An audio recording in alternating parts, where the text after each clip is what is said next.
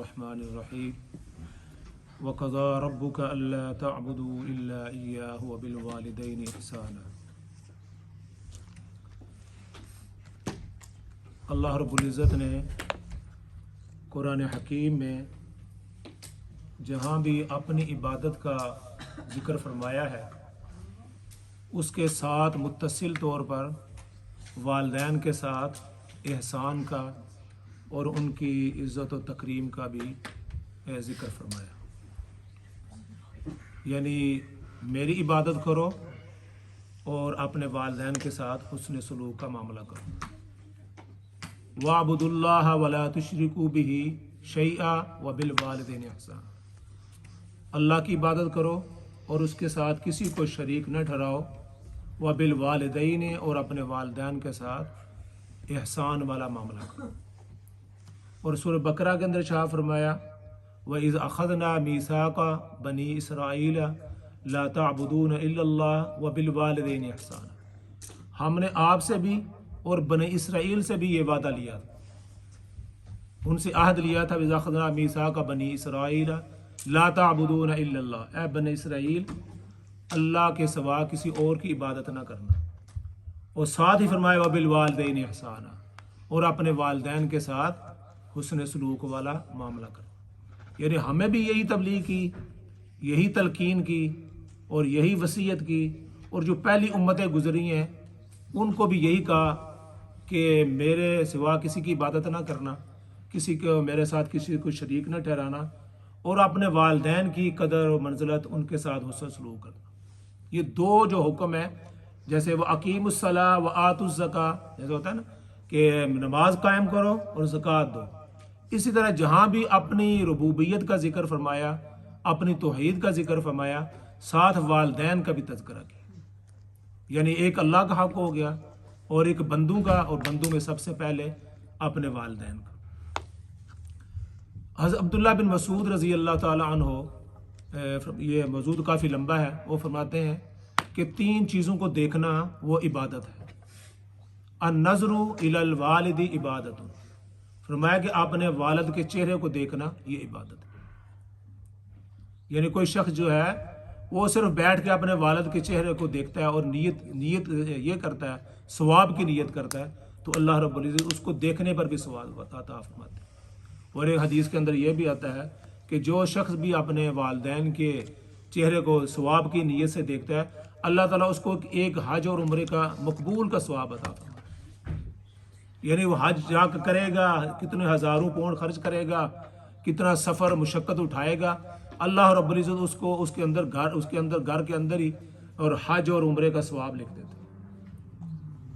اسلام نے جہاں احکامات دیے نا کہ نماز پڑھو، روزہ رکھو، حج کرو، صرف حکم نہیں دیا، جیسے یہاں کی گورنمنٹ یا کوئی بھی گورنمنٹ ہو وہ حکم دے دیتی ہے کہ آپ نے یہ کام کرنا، کوئی فضیلت نہیں بتاتے۔ جتنے بھی اسلام کے جتنے بھی قوانین ہیں اس کی ساتھ فضیلت بھی بتائی، بھائی نماز پڑھو گے تو یہ ثواب ہوگا، روزہ رکھو گے تو یہ ثواب ہوگا، اس کے بدلے میں جنت ملے گی، اس کے بدلے میں اللہ رب العزت ملیں گے۔ جتنی بھی عبادات ہیں ثواب فضیلت بھی بتائی، یعنی تاکہ لوگ اس کے اندر شوق پیدا ہو۔ والدین کے حکم بھی دیا اور ساتھ فضیلت بھی بتائی، بھائی آپ اگر یہ کریں گے آپ کو یہ ثواب ملے گا۔ اور دوسری بات انہوں نے فرمائی النظر والنظر الی الکعبۃ عبادت، خانہ کعبہ کو دیکھنا یہ بھی عبادت ہے۔ نبی پاک صلی اللہ علیہ وسلم شاہ فرمایا کہ خانہ کعبہ کے اوپر ہر وقت 120 رحمتیں نازل ہوتی ہیں۔ کتنی نازل ہوتی ہیں؟ 120، 60 اس پر جو خانہ کعبہ کا طواف کر رہا ہوتا ہے۔ سب سے بڑی عبادت جو ہے نا خانہ کعبہ کے اندر وہ طواف کرنا ہے۔ اس کی وجہ کیا ہے کہ یہ طواف والی عبادت دنیا میں کسی جگہ اور نہیں ہے۔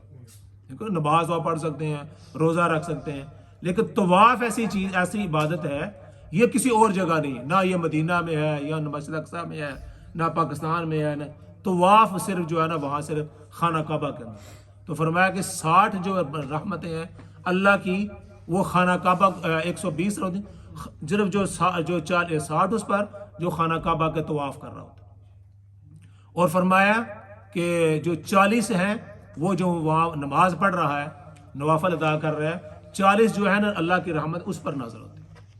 اور 20 رحمتیں صرف اس پر نازل ہوتی ہیں جو بس ایسے خانہ کعبہ کو بیٹھا ہوا ہے اور خانہ کعبہ کی زیارت کر، صرف اس کو دیکھنے پر اس کو اللہ رب العزت 20 جو ہے نا رحمت اس پر نازل فرماتے ہیں اور اس کا ثواب ملتا ہے۔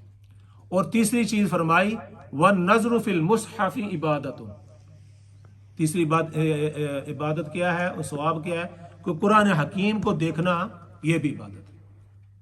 قرآن حکیم کو پڑھنا اس پر اس کو وہ بھی ثواب ہے۔ کوئی شخص ہے وہ صرف قرآن حکیم کو ایسے کھول کر دیکھتا ہے تو فرمایا یہ بھی عبادت ہے۔ کئی حضرات ایسے ہیں، کتنی خواتین ایسی ہیں جو قرآن کو پڑھ نہیں سکتی، پڑھا نہیں ہوا تو وہ پڑھ نہیں سکتی، لیکن صرف قرآن حکیم کو کھول کر وہ ایسے دیکھتی رہتی ہیں، کہتے ہیں یہ میرے اللہ تعالیٰ کا کلام ہے، یہ اللہ تعالیٰ کی کتاب ہے، یہ اللہ تعالیٰ کی طرف سے منزل شدہ ہے، اللہ کی طرف سے یہ بھیجا ہوا ہے، بس اس کو دیکھتی رہتی ہے اس کے الفاظ کو، تو اس کو دیکھنا بھی اس پر یہ بھی ثواب ہے اور یہ بھی عبادت ہے۔ ہاں جی، اور فرمایا کہ یہ 3 چیزیں ہوگی، اور فرمایا کہ ایک حدیث کے اندر یہ بھی شاہ فرمایا کہ کوئی شخص بھی اپنے والد اور بیٹے کے درمیان آ کر نہ بیٹھے، یعنی باپ بیٹھا ہوا ہے اور یہ بیٹا بیٹھا ہوا ہے تو اس کے درمیان نہ بیٹھ جائے تاکہ وہ ان دونوں کا کنیکشن آپس میں ختم نہ ہو۔ بیٹا اپنے والد کو دیکھ رہا ہے تو اس کو ثواب مل رہا ہے، ہاں جی، اور والد جو ہے وہ اپنے بیٹے کو دیکھ رہا ہے اور اس کی تربیت کر رہا ہے، اس کو آداب سکھا رہا ہے۔ بیٹا بیٹھا ہوا ہے تو وہ کوئی ایسی غلطی کرتا ہے تو باپ اس کو بتا سکے بیٹا ایسے بیٹھنا چاہیے، محفل میں اس طرح بیٹھنا چاہیے، ٹانگیں لمبی کر کے نہیں بیٹھنا چاہیے۔ نبی پاک صلی اللہ علیہ وسلم کا یہ معمول تھا، جب بھی آپ محفل کے اندر بیٹھتے تو کبھی بھی اپنی ٹانگیں لمبی کر کے نہیں بیٹھتے، ہاں جی، یہ محفل کے آداب ہیں۔ اسی طرح بچوں کو بھی بتانا ہے کہ بھائی جب آپ کسی محفل میں بیٹھے ہوئے ہیں، مجلس میں بیٹھے ہوئے ہیں، جہاں بڑے بھی بیٹھے ہوئے، ہاں کیجول قسم کی مجلس ہے وہ کوئی نہیں، وہ آپ ریلیکس ہو کے ٹانگیں لمبی کر کے گپ شپ لگا رہے ہیں بیٹھے، لیکن جب کوئی ایسا کوئی موقع ہو، جب کوئی محفل ہو رہی ہو، کوئی مجلس ہو رہی ہو یا کوئی بڑے بیٹھے ہوئے ہوں تو وہاں فرمایا کہ ٹانگیں لمبی کر کے اور بے ادبی کے ساتھ بیٹھنا فرمایا، اس سے منع فرمایا۔ اور نبی پاک صلی اللہ علیہ وسلم کبھی بھی اس طرح نہیں بیٹھتے تھے اور یہ منع فرماتے تھے کہ کوئی بندہ اس طرح جو ہے نا وہ ٹانگیں لمبی کر کے محفل کے اندر مجلس کے اندر نہ بیٹھے۔ تو یہ 7 آداب بھی بتائے گئے۔ فرمایا کوئی شخص جو ہے وہ اپنے والد کے اور بیٹے کے درمیان نہ بیٹھے تاکہ بیٹا جو ہے اپنے والد کے چہرے کو دیکھے اور اس کو جو ثواب مل رہا ہے اس سے وہ محروم نہ ہو، اور والد جو ہے وہ اپنے بچے کی، اپنے بیٹے کے اوپر نظر رکھے، اس کی تربیت کر سکے۔ تو فرمایا یہ 3 چیزیں ایسی ہیں ان کو دیکھنا بھی ثواب ہے۔ والنظر الی الوالد عبادۃ، اپنے والد کے چہرے کو دیکھنا ثواب ہے۔ والنظر فی المصحف، اور قرآن حکیم کو دیکھنا یہ بھی عبادت ہے۔ والنظر الی الکعبۃ، اور خانہ کعبہ کو دیکھنا یہ بھی عبادت ہے۔ اللہ تعالیٰ مجھے بھی اور آپ کو بھی اس کی سعادت نصیب فرمائے۔ جن کے والدین زندہ ہیں وہ ان کی خدمت بھی کریں، ان کی زیارت بھی کریں، ثواب کی نیت ان کی زیارت کریں گے، آپ کو گھر بیٹھے ثواب ملتا رہے گا۔ قرآن حکیم کو پڑھیں، قرآن کو پڑھیں اور اس پر عمل بھی کریں، اور اگر صرف آپ اس کو کھول کے دیکھیں گے، اس لیے کہتے ہیں کہ قرآن کو دیکھ کر پڑھنا یہ زیادہ ثواب ہے۔